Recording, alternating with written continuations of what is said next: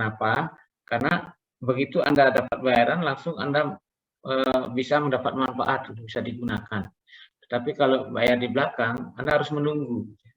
Dalam penantian atau dalam proses menunggu itu banyak hal yang bisa terjadi, gitu ya, perubahan yang bisa terjadi, sehingga di sini memang lebih nyaman kalau dibayar di depan. Ya. Jadi ada banyak situasi di mana kita akan mengetahui yang akan datang, gitu ya. Maka di sini prinsip kita di sini dalam analisis ini, present world analysis dan future world ini dikatakan setara, gitu. Jadi prinsipnya apa? Dalam present world analysis, prinsipnya adalah present world of cost itu harus lebih kecil daripada present world of benefit, gitu. Jadi bagaimana kita mendapatkan benefit yang lebih besar, atau equivalent uniform annual cost itu lebih kecil daripada equivalent uniform annual benefit. Nah, kita dapat membuat persamaannya, yaitu ya di sini present worth of benefit dibagi present worth of cost lebih besar dari 1, atau equivalent uniform annual benefit dibagi equivalent uniform annual cost itu lebih besar daripada 1. Ya, ini yang akan pada pembahasan ini disebut dengan benefit cost ratio. Kalau yang ini, yang di atas, kita ini sudah membahas tentang future. Kalau future hanya mencari F, ya, mencari F. Jadi bagaimana misalkan ada cash flow begini, ya, cash flow begini, ya, dicari di F-nya ini berapa, gitu ya. Nanti kita akan dapat berapa. Ada cash flow naik turun begini, ya. Nah, di sini berapa F, gitu ya. Ini akan dicari sama dengan P kemarin, ya. Ada cash flow misalkan naik begini, ya, begini, ya.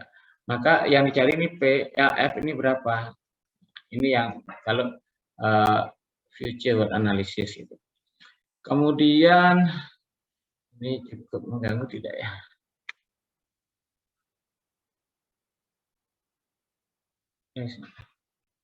Nah, kemudian yang ketiga itu adalah payback period, ya. Payback period itu adalah periode pengembalian kembali, gitu ya. Payback itu pembayaran, ya. Payback bayar kembali, periode pembayaran kembali, gitu ya. Nah, periode pembayaran kembali di sini diterjemahkan setiap investasi, ya, akan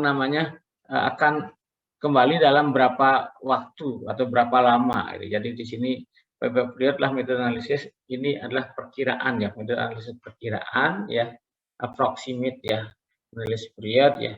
Sebagai contoh, jika kita berinvestasi $1.000, gitu ya, sekarang, gitu ya, maaf ini masih kehapus, ya, $1.000 sekarang, gitu ya, ini $1.000, ya, akan menghasilkan 500, ya, 500 penghematan, ya, setiap tahunnya. Ya. Maka kita akan mengatakan, ya, 1.000 itu akan kembali dalam 2 tahun, karena kalau 500 ini setahunnya, ya, berarti 2 tahun ini akan kembali, gitu ya. Berarti 2 tahun akan kembali. Ya, kami katakan itu pengembalian modalnya adalah 2 tahun. Entah setelah 2 tahun itu ada cash flow atau tidak, nah ini tidak dilihat oleh payback period. Ya, kalau 500 annualized selama 10 tahun gitu berarti kan masih mending, itu 2 tahun kembali, yang 8 tahun kan untung, atau tinggal tinggal untungnya saja. Oke, itu ya. Nah, kemudian sensitivity analysis itu apa? Jadi analisis sensitivity itu mengidentifikasi seberapa sensitifkah kesimpulan ekonomi terhadap data yang berubah, gitu, terhadap data yang berubah, dan apakah memungkinkan, ya, pengambilan keputusan itu untuk keseluruhan tentang data. Jadi kalau datanya ada banyak, apakah kesimpulan juga akan berubah, gitu. Nanti kita lihat contohnya, ya. Ini terkait dengan bagaimana kalau ada perubahan data pada rentang waktu tertentu, gitu ya. Nah, sensitivity analysis ini misalnya kita mau membeli mobil bensin atau mobil mesin bensin atau mesin diesel, gitu ya. Nah, ini sensitivity-nya tergantung pada harga bahan bakar ya. Gitu. Kalau sama-sama naiknya persennya sama, mungkin ya tidak ada sensitivity, gitu ya, tidak ada sensitivitasnya. Tapi begitu ada kenaikan, misalkan kenaikan persentase kenaikan solar dengan bensin berbeda, nah ini keputusan mungkin juga akan berubah. Oh, rugi beli bensin, mestinya pakai solar gitu misalnya, atau rugi beli mobil solar, sebaiknya pakai mobil bensin. Nah, ini disebut dengan sensitivity analysis. Jadi kalau ada analisis perubahan gitu, maka akan berubahkah keputusan gitu ya. Nah, yang keempat ini ya biasanya sensitivity temannya adalah break even gitu ya. Jadi analisis break even atau analisis titik impas gitu ya. Ini terkait erat dengan analisis sensitivitas ya, dan menentukan kondisi ketika dua alternatif setara ya, serta kapan masing-masing lebih baik dari yang lain gitu ya. Ini dapat dipandang sebagai jenis analisis sensitivitas. Jadi dua alternatif ini bisa misalkan pada periode pertama kita mengatakan, oh mobil bensin lebih murah gitu ya. Tapi begitu ada kenaikan harga bensin lebih tinggi daripada harga solar, kita bisa mengatakan, oh periode berikutnya kita akan mengatakan bahwa pembelian mobil solar itu lebih hemat gitu misalnya. Ini yang perlu dipelajari. Baik, yang pertama benefit cost ratio, gitu ya, rasio atau perbandingan antara manfaat dan biaya. Nah, ini bisa dianalisis sebagai contoh, misalkan gini, masing-masing dari ini ada berapa nih alternatif ya, A, B, C, D, E, F, ada 5, 6 ya. Nah, ada 6 alternatif di sini yang kita bisa lihat modal. Ini contoh yang bab 8 kemarin ya. Ini modalnya berapa, ini manfaatnya berapa, ya present worth benefit-nya berapa, ini present worth cost-nya berapa. Kemudian dibagi sekarang ya, benefit dibagi cost. Jadi 7330 dibagi dengan cost 4.000, 1,83. Maka di sini antara A, B, C, dan E ini memiliki benefit cost ratio 1 atau lebih. Maka A, B, C, D, dan E ini adalah alternatif yang visible, gitu ya, alternatif yang visible. Nah, berbeda dengan alternatif yang F, ya di sini benefit cost rasionya kurang dari 1. Ini kurang dari 1 ya. Nah, ini tidak visible, artinya rugi gitu ya.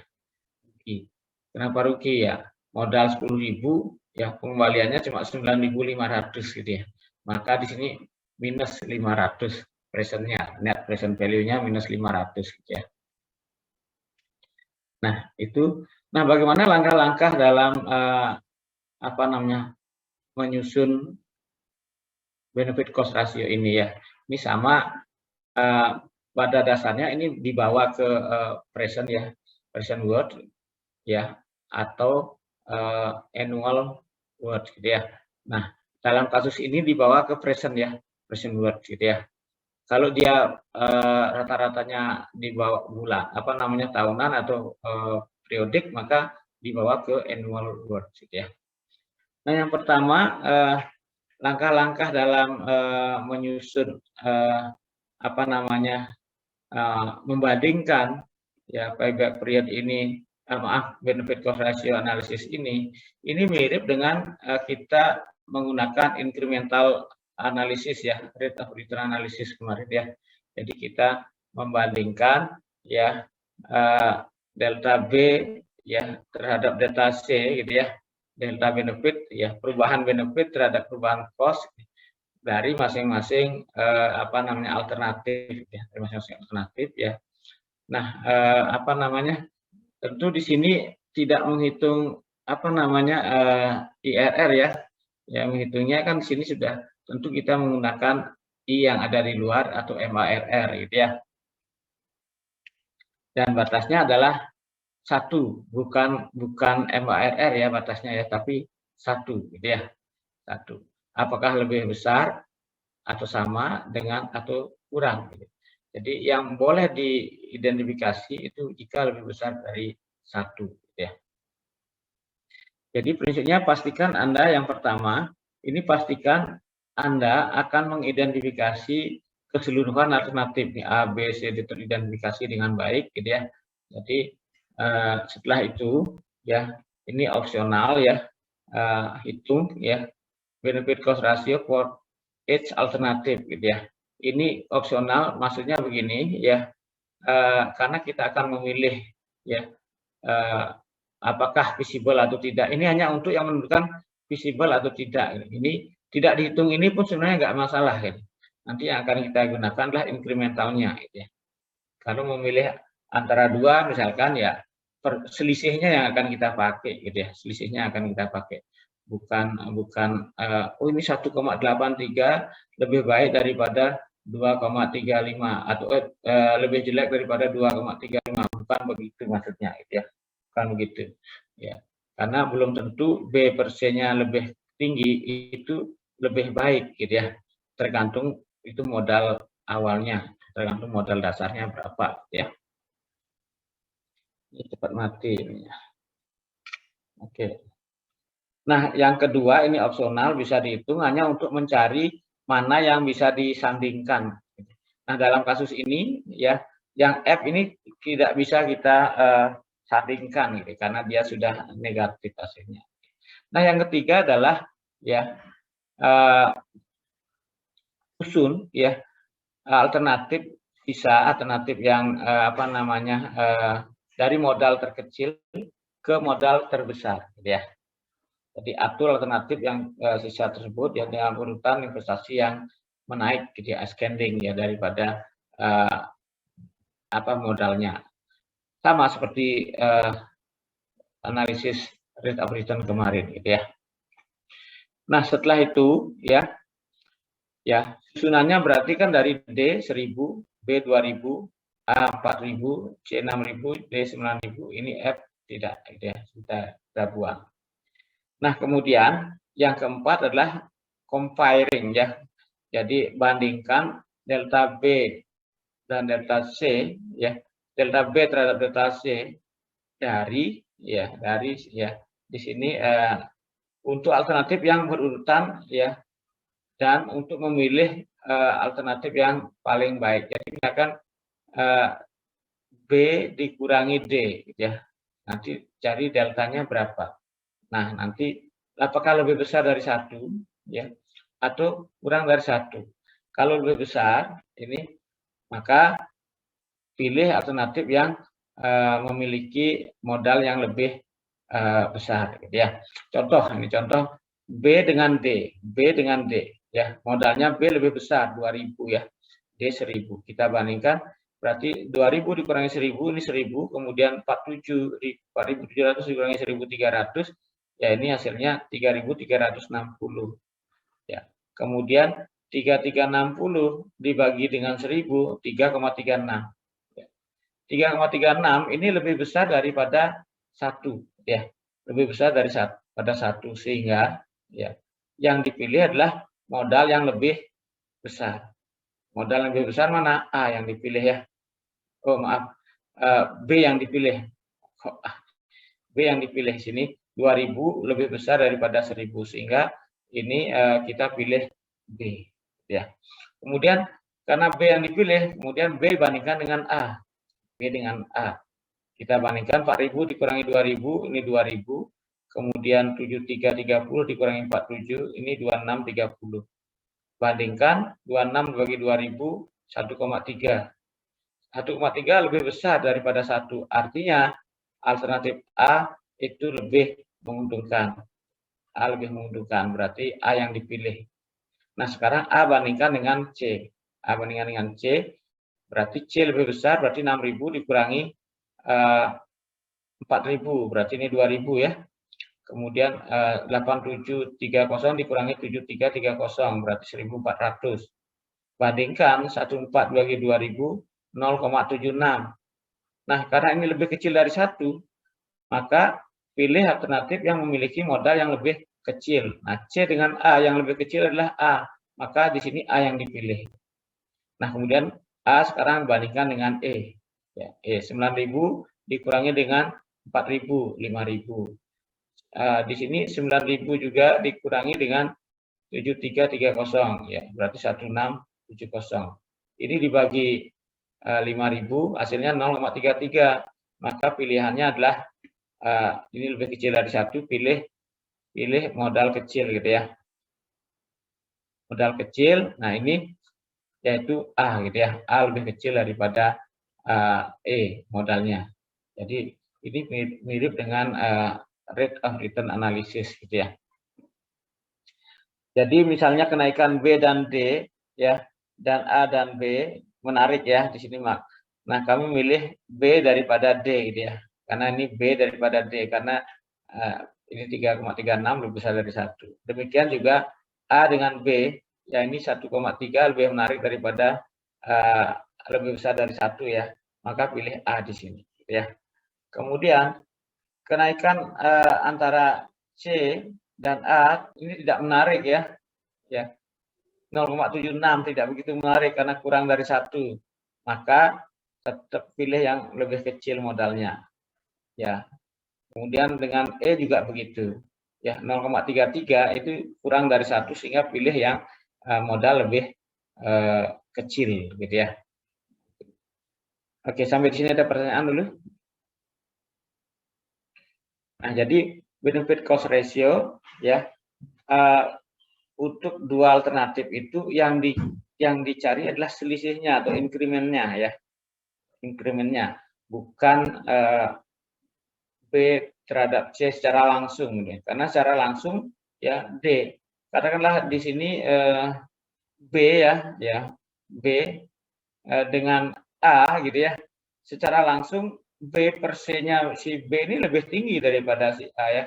Bukan ini yang dibandingkan gitu, bukan ini ya. Dibandingkan gitu. Kenapa? Karena 2,35 yang lebih tinggi dibanding 1,83 ini hasilnya si A ini lebih tinggi gitu ya. Ini 3330 dengan 2.700 ya. Lebih pilih ini gitu ya. Nah, yang dibandingkan adalah increment-nya atau selisihnya. Jadi increment-nya dari A dan B di sini adalah 1,32, A lebih tinggi, artinya A lebih lebih baik gitu, lebih bagus pilihannya gitu ya. Baik, sampai sini ada pertanyaan? Baik, kalau tidak ada kita lanjutkan ke ya. Ini secara secara grafis sih bisa dibuat begini ya. Incremental analysis ya. Ini B terhadap D ya, ini sudutnya lebih besar dari 45 ya. Kemudian berarti pilih B, kemudian B terhadap A itu ya. Itu kalau kita lihat ini sekian. Nah, ini lebih enak pilih. Ini kita lihat di mana nih sejajarnya, tapi kurang begitu ya. Ternyata kalau secara hitungan A lebih baik gitu ya. Ini A dengan C ini agak nunsep ya. Ini sudutnya lebih, ini 45-nya sekian, ini maka pilih si si A gitu ya. A dengan E apalagi gitu ya. A dengan E. Oke, ini secara grafik. Kemudian ya, jadi awalnya kita mengeksamin yang menguji ya masing-masing spreadable increment investasi. B terhadap C kurang dari 1 ya, increment is not attractive gitu ya. B lebih besar, B per C lebih besar daripada 1, increment is desirable gitu ya. Jadi yang dipilih kenaikan atau biaya yang lebih besar itu akan lebih baik kalau B per C-nya lebih dari 1. Ya, ini urutannya, silakan dipelajari. Nah, yang ketiga ini ya, analisis yang ketiga adalah payback period gitu. Nah, karena payback period itu adalah analisis pengembalian modal gitu ya. Analisis pengembalian modal, maka pengembalian modal yang lebih cepat itu dikatakan lebih baik. Dan ini harap hati-hati karena periode pengembalian ini itu adalah semacam perkiraan gitu ya.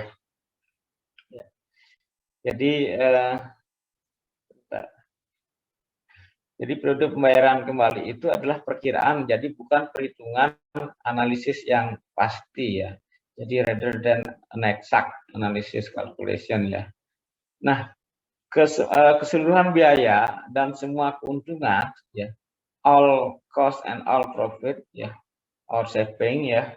Di sini semua keuntungan ya atau tabungan investasi sebelum pengembalian ya, prior to payback ya, are include without considering difference in their timing ya. Jadi di sini tanpa mempertimbangkan perbedaan waktu maksudnya perbedaan umur masing-masing cash flow tersebut gitu ya. Jadi seperti saya katakan tadi ada modal 1.000 gitu ya. Manfaatnya atau benefitnya dapat 500 per tahun ya. Dan kita tidak melihat itu berapa tahun dia akan mendapatkan benefit gitu ya. Jadi kita katakan dalam periode 2 tahun dia akan kembali modalnya.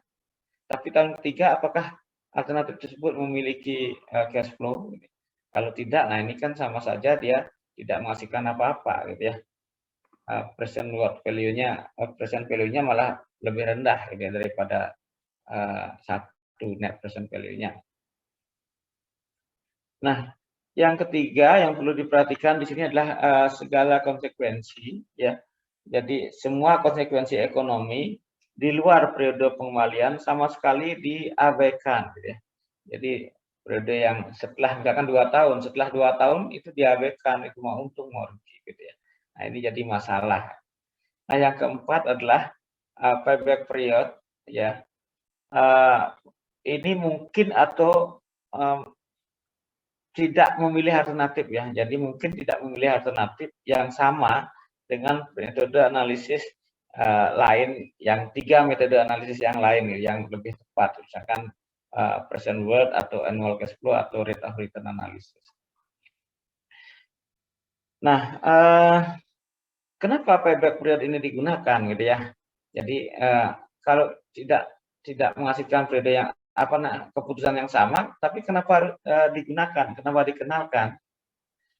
Nah, konsep ini ya dikenalkan karena yang pertama konsep ini sangat mudah ya dipahami, ya sangat mudah dipahami. Artinya begini, secara bodoh istilahnya kalau kita belum tahu menghitung nilai bunga dan lain sebagainya, kan biasanya kita akan mengatakan kalau modal sekian kembali dalam berapa, dalam berapa tahun, dalam berapa bulan.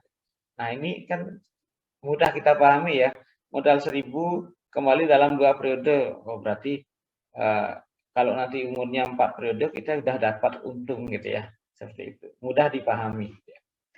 Kemudian yang kedua ya,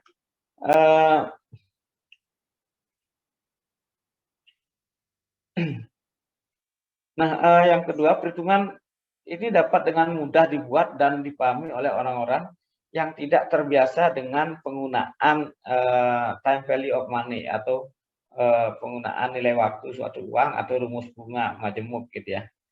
Jadi ini payback period ini lebih baik ya daripada tidak sama sekali gitu ya. It's better than nothing ya. Jadi use it as a last resort to communicate ya. Jadi dia gunakan ini sebagai upaya terakhir ya dalam berkomunikasi atau bernegosiasi gitu ya. Nah, ini contoh. Nah, jadi payback period contoh sebuah perusahaan akan membeli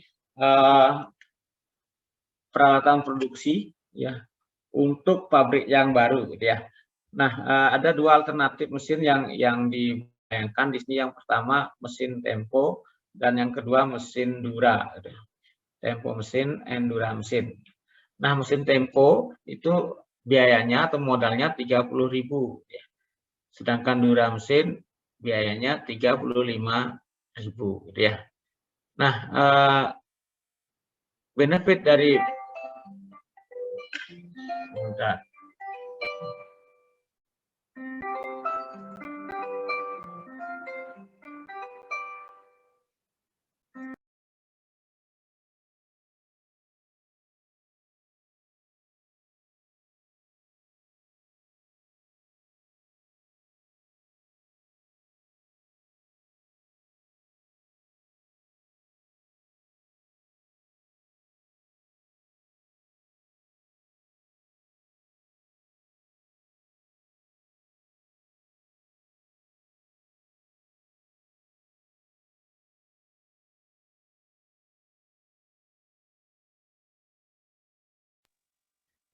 Baik, mohon maaf itu ada gangguan. Jadi HP-nya malah dipakai telepon, padahal kita pakai untuk ngecek ini ya. Oke, sebentar ya.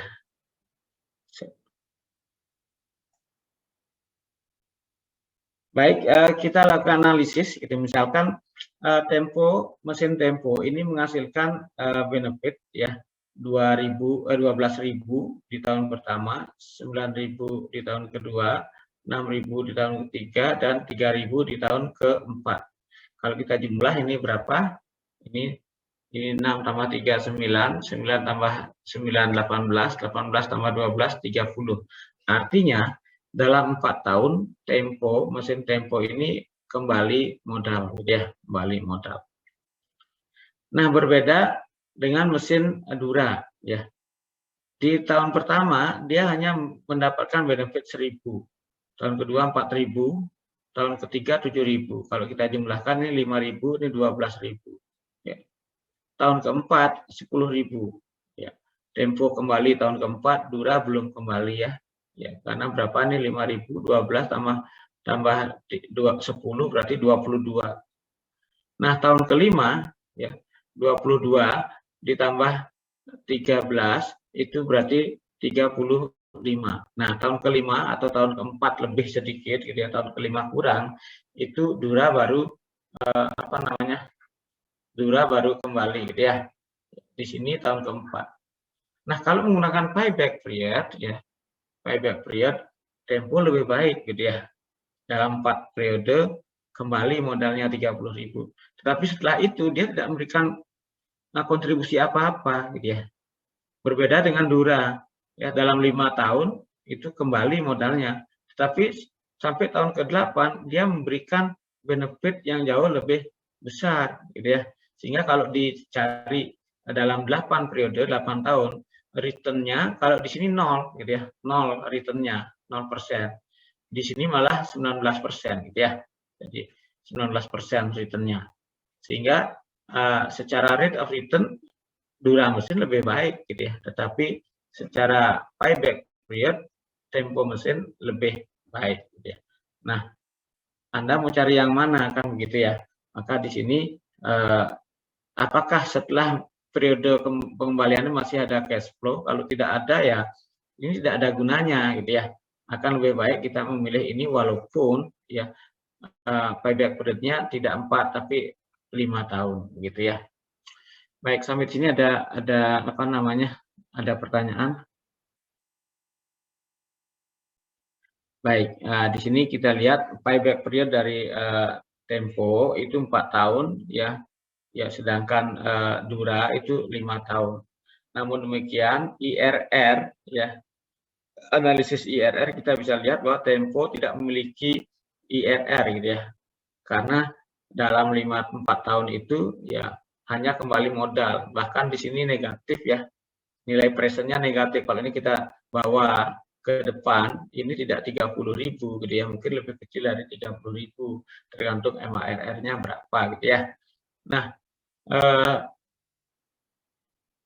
kita lihat di sini ya, meskipun ya Tempo ini adalah apa namanya return secara investment ini lebih cepat ya daripada Dura di sini ya, tetapi Dura ini memiliki IRR yang jauh lebih besar daripada Tempo ya, saya kira begitu. Nah, pelajaran apa yang bisa diambil dari contoh ini ya?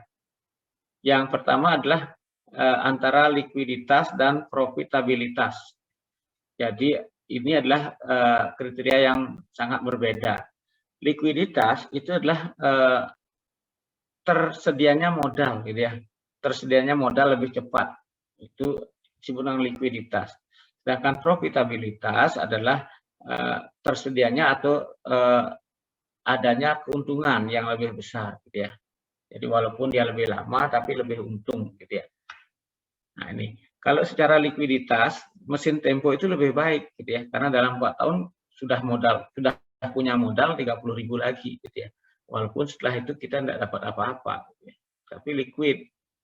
Nah, profitabilitas ya si Dura ini lebih untung, gitu, setelah tahun kelima, gitu ya.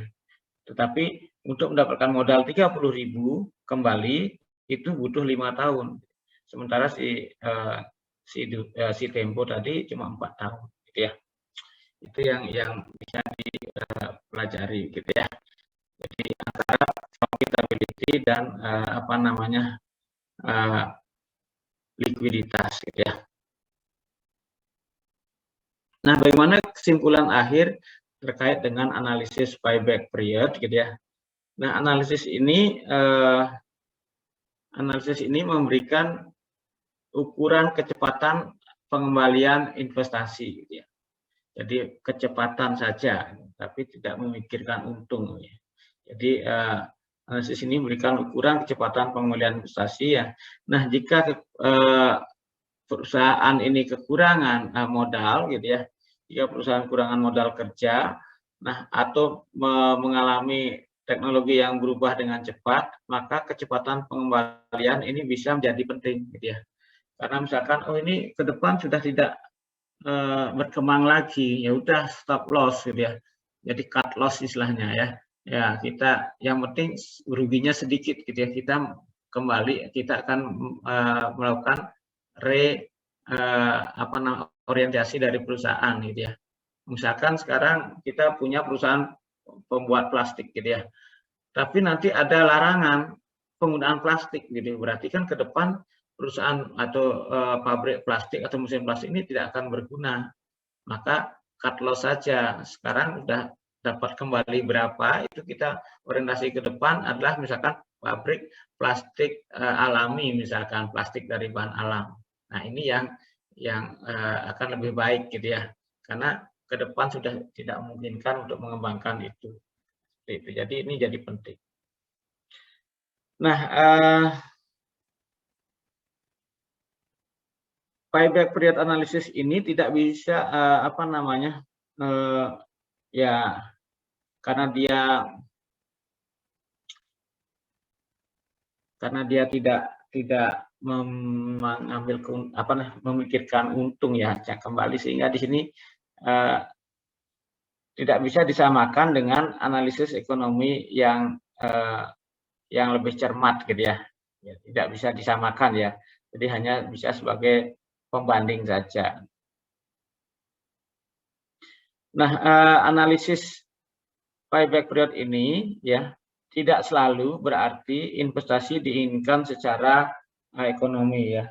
Jadi dengan analisis ini kita bisa menilai investasi mana yang lebih cepat kembali, gitu. Bukan berarti mana yang lebih untung, gitu ya. Nah, ini bisa digunakan pada kondisi-kondisi tertentu, gitu ya.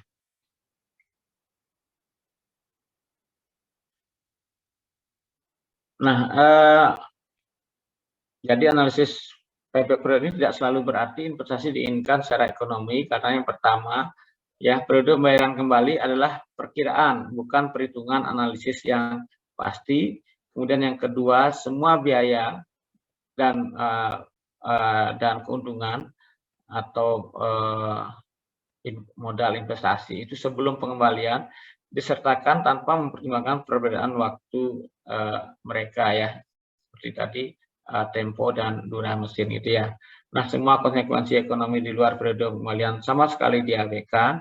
Kemudian dan yang keempat adalah payback period ini mungkin atau tidak memilih alternatif yang sama sebagai metode analisis yang tepat, gitu. Dan yang kelima, payback period ini digunakan karena konsepnya dapat dengan mudah dipahami, perhitungannya dapat dengan mudah dibuat, dan dipahami oleh orang yang tidak terbiasa dengan penggunaan time value of money atau nilai waktu. Dan yang keenam, analisis payback period ini lebih baik daripada tidak sama sekali, gitu ya. Jadi gunakan ini sebagai upaya terakhir saja. Ini yang bisa kita pelajari dari payback period. Baik. Nah, yang terakhir ini adalah sensitivity dan break-even analysis. Sebelumnya ada pertanyaan dulu.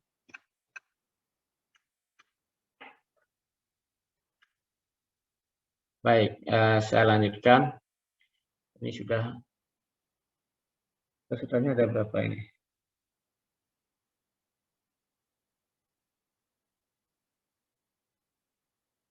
Oh, bentar. Terus 25 orang. Baik, kita lanjutkan sensitivity and break-even analysis, gitu ya.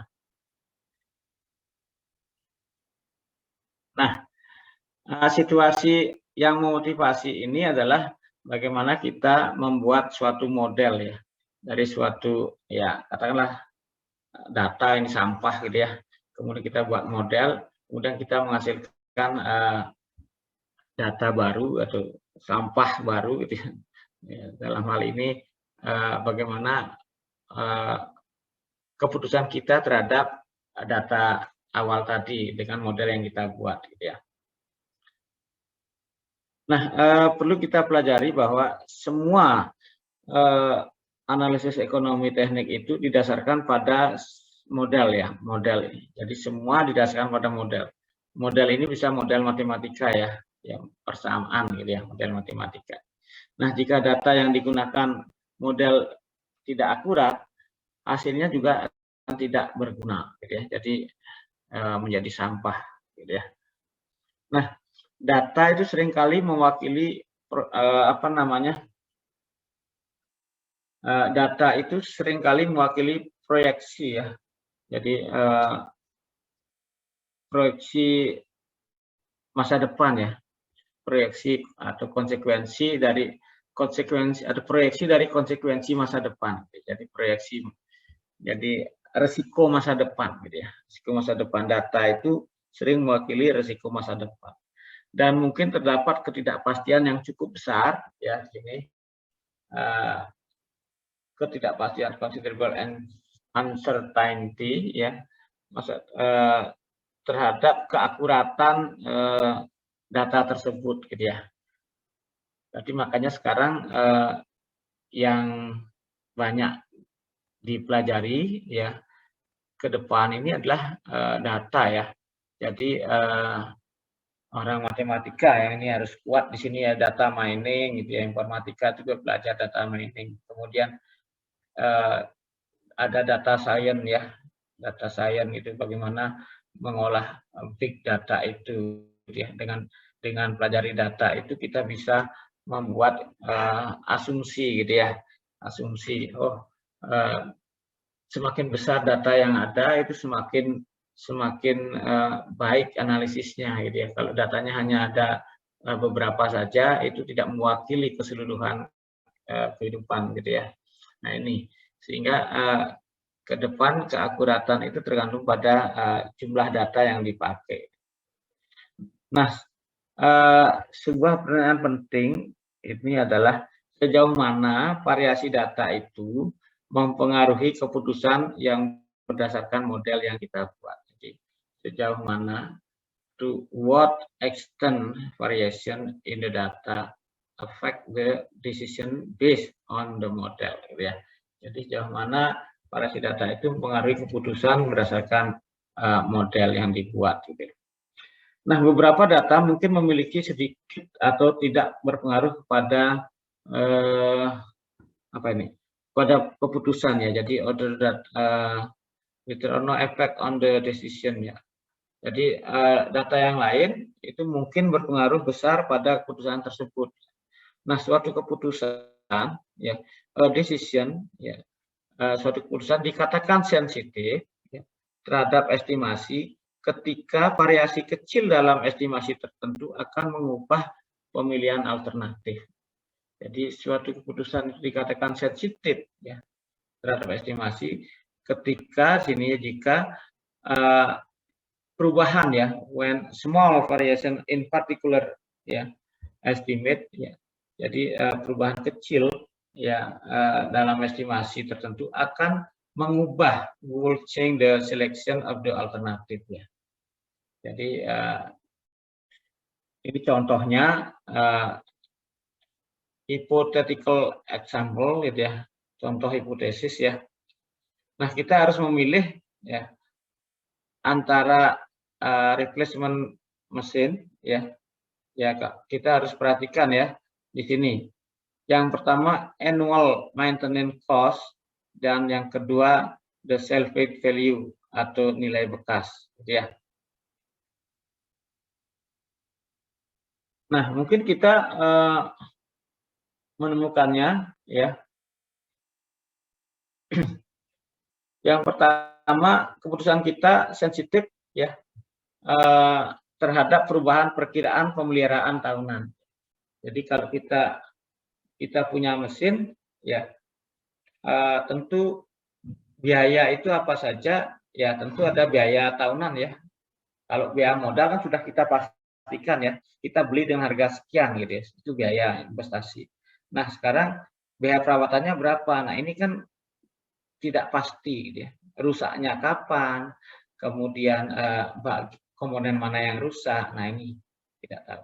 Kemudian yang tidak pasti lagi adalah kalau setelah rusak tadi gitu ya, nggak bisa dipakai, barang bekasnya itu laku berapa gitu ya, laku berapa. Nah, jadi maka mungkin kita akan menemukan bahwa keputusan kita itu lebih sensitif ya terhadap perubahan perkiraan biaya tahunan. Jadi daripada di sini ya keputusan terhadap mengharapkan nilai bekasnya yang lebih tinggi. Jadi di sini kita akan temukan keputusan itu tidak sensitif terhadap salvage value gitu ya. Tidak sensitif ya. Jadi di sini katakan keputusan tidak sensitif terhadap estimasi nilai sisa selama rentang waktu penuh dari waktu yang nilai yang dimungkinkan gitu ya. Jadi mungkin ini akan kita temukan. Nah, ini memberitahu kita bahwa kita memerlukan kita harus melakukan ya to do very good job ya. Jadi kerja yang sangat baik gitu ya dari jadi di sini very good job with yang pertama having an accurate estimate, yang kedua is not too important. Jadi yang kedua tidak terlalu. Jadi yang pertama ini ya kita harus memiliki estimasi yang akurat, tapi yang nomor dua ini ya tidak terlalu penting untuk diperhatikan gitu. Nilai bekas itu tidak terlalu penting diperhatikan. Nah, berikut adalah contoh ya di mana analisis sensitivitas ini cukup membantu gitu ya. Nah, misalnya apakah kita akan menginstal jaringan kabel ya 400 sirkuit sekarang atau ya 200 sirkuit dulu sekarang dan 200 sirkuit nanti belakangan gitu ya. Nah, ini contohnya. Yang kedua misalkan apakah kita akan memasang pipa 10 cm ya water main. Ya, dibutuhkan pipa air setinggi 10 cm untuk melayani area baru. Haruskah induk 10 cm dipasang sekarang atau Haruskah pipa induk 15 cm dipasang untuk menyediakan pasokan air yang cukup ke daerah yang sekitarnya untuk dikembangkan belakangan gitu ya. Ya, kemudian sebuah perusahaan membutuhkan 10.000 meter persegi gudang ya. Sekarang ya diperkirakan akan membutuhkan 10.000 meter persegi ekstra dalam 4 tahun. Nah, ia dapat membangun gudang seluas 10.000 meter persegi sekarang dan perbesarnya nanti, atau 20.000 meter persegi sekarang gitu ya. Nah, ini haruskah membangun sekarang 200 meter persegi atau 10.000 meter persegi saja nanti dikembangkan. Ini mau sekalian atau bertahap gitu ya. Oke. Nah, ini contoh dari 99 ya, dalam buku ini membangun konstruksi ya, secara bertahap atau tidak gitu ya. Jadi stick construction with as an sensitivity parameter ya. Nah, kita bisa membangun suatu proyek dengan kapasitas penuh sekarang atau membangun dalam 2 tahap gitu ya. Kalau kapasitas penuh sekarang biayanya 140.000 gitu ya. Kemudian kalau kapasitas separuh gitu ya, biayanya 100.000, sedangkan tahap kedua, tahap berikutnya itu ya butuh waktu ya 120.000 gitu ya, pada N tahun belakangan gitu ya, N tahun belakangan. Nah, informasi lain bahwa fasilitas tersebut ya akan berumur 40 tahun dari sekarang. Jadi 40 tahun. Jadi fasilitas manapun yang akan dibangun, mau satu tahap ataupun 2 tahap, itu akan berumur 40 tahun dari sekarang. Ya, terlepas kapan akan dipasang gitu ya. Dan memiliki nilai bekas 0 gitu atau tanpa nilai bekas. Kemudian biaya operasi pemeliharaan tahunan di sini sama ya. Untuk kedua alternatif, mau bangun 1 tahap maupun 2 tahap, biaya tahunannya sama gitu ya. Biaya tahunannya sama. Kemudian suku bunga per tahun itu 8% ya.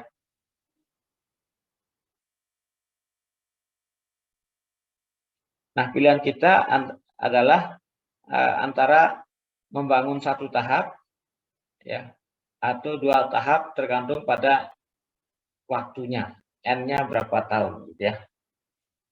Jadi kalau bangun kapasitas penuh sekarang ya, kalau bangun kapasitas penuh sekarang di sini